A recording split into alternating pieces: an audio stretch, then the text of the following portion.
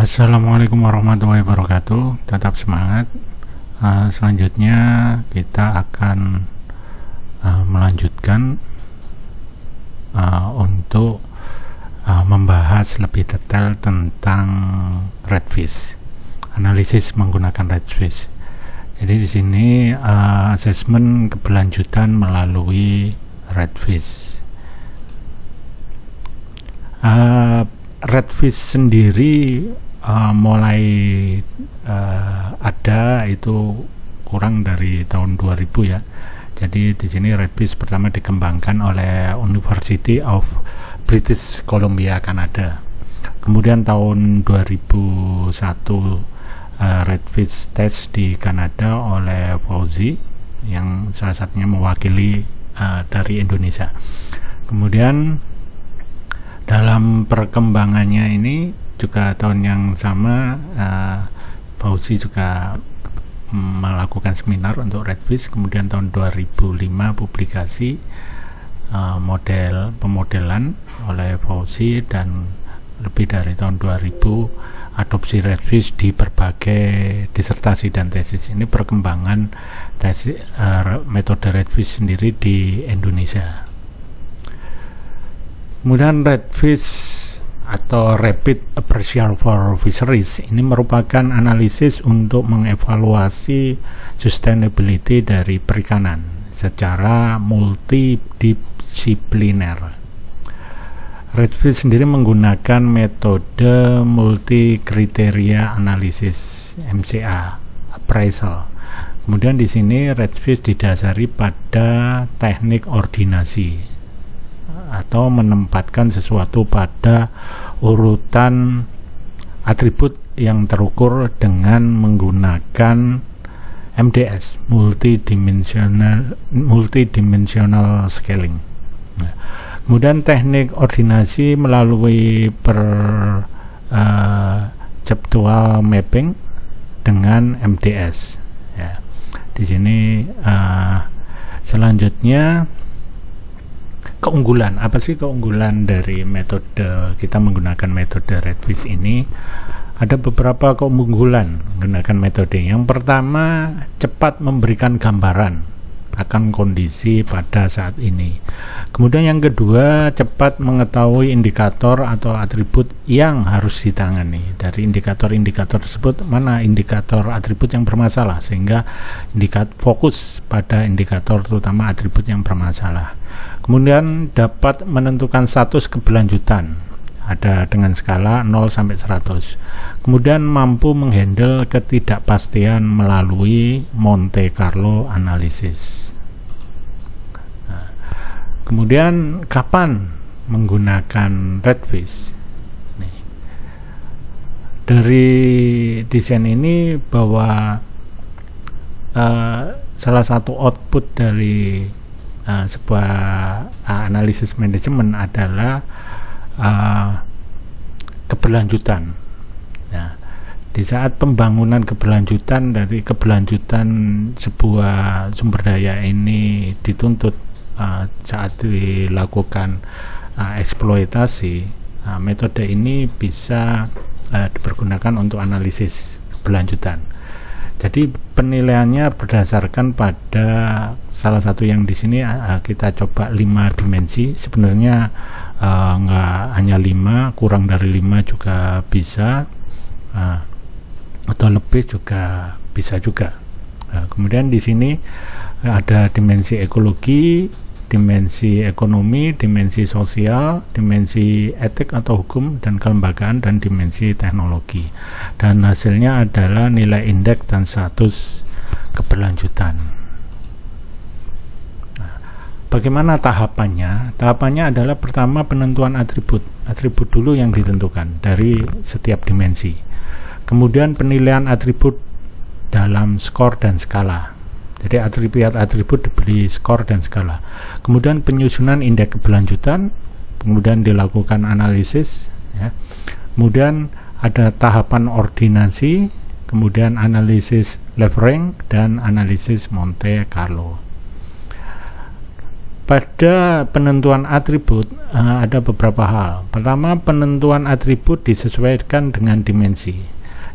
Jadi tiap dimensi tidak harus mempunyai atribut yang sama. Misalnya dimensi ekologi tidak harus sama dengan dimensi sosial atau dimensi ekonomi atau lainnya.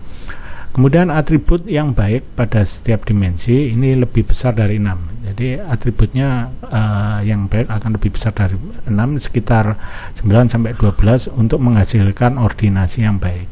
Nah, idealnya seperti ini. Kemudian penilaian atribut dalam skor dan skala keberlanjutan. Atribut yang dipilih harus dapat diskor secara mudah dan objektif. Di sini skor itu terdiri dari good dan bad.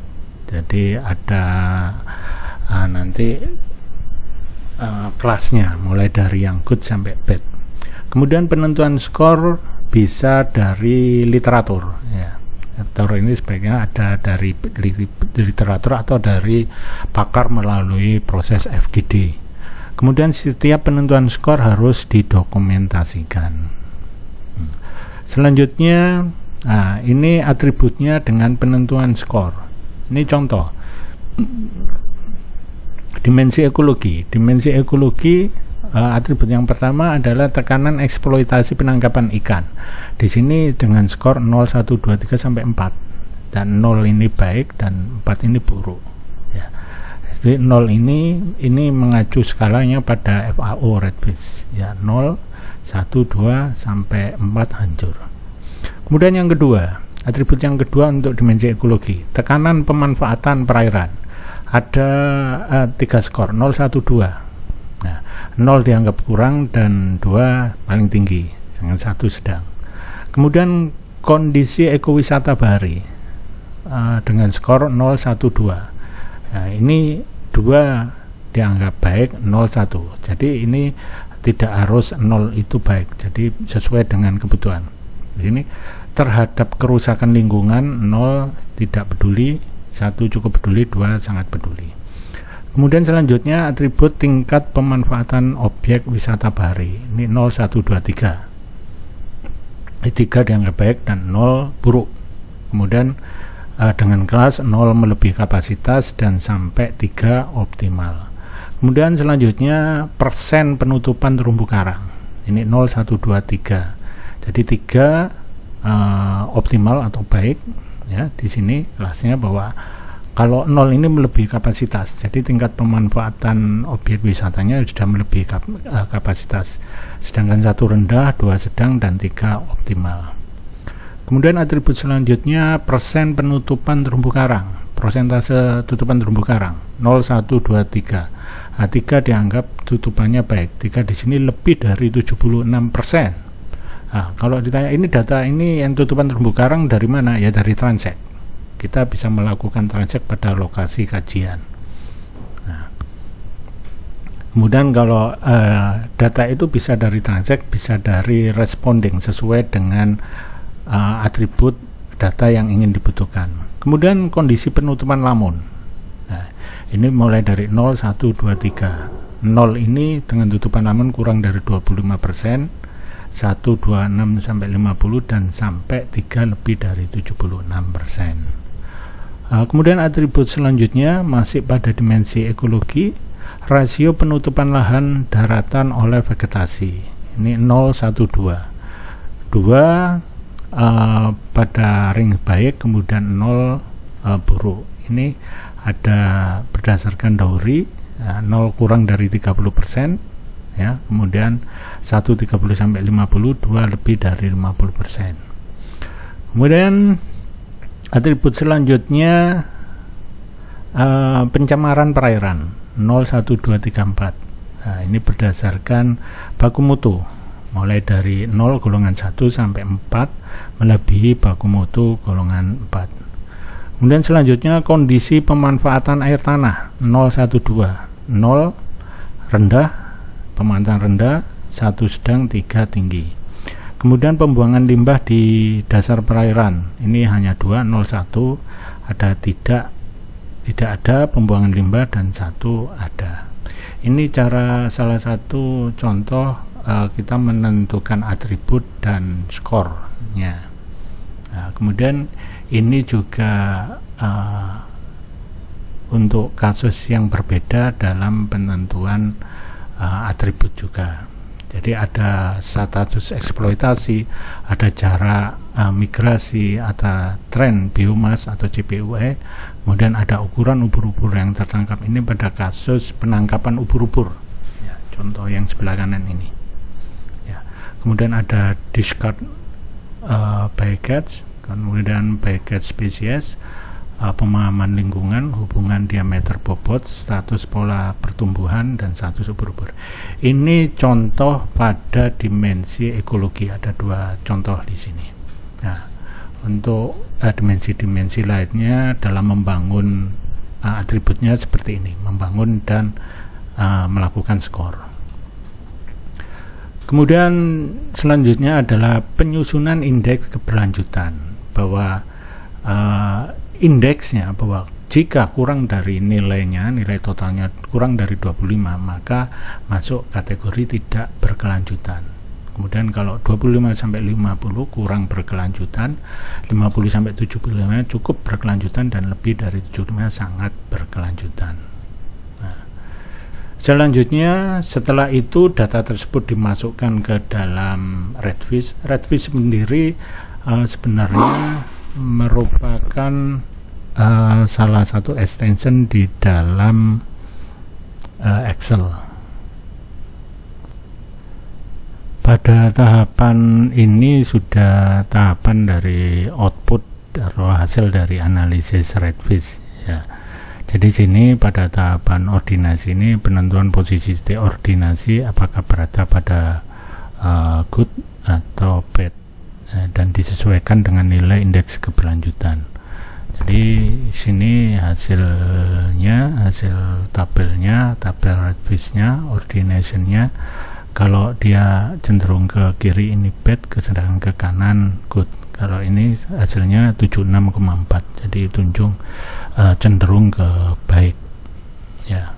Kemudian ini dari Redfish ordination-nya cenderung ke good. Nah, ini tahapan ordinasinya. Ini juga sama di sini, bahwa terlihat bahwa RSG ini 0,95, bahwa 95% bahwa data ini baik. Ya. Kemudian analisis levering di sini, bahwa untuk menentukan atribut mana yang sensitif mengubah ordinasi.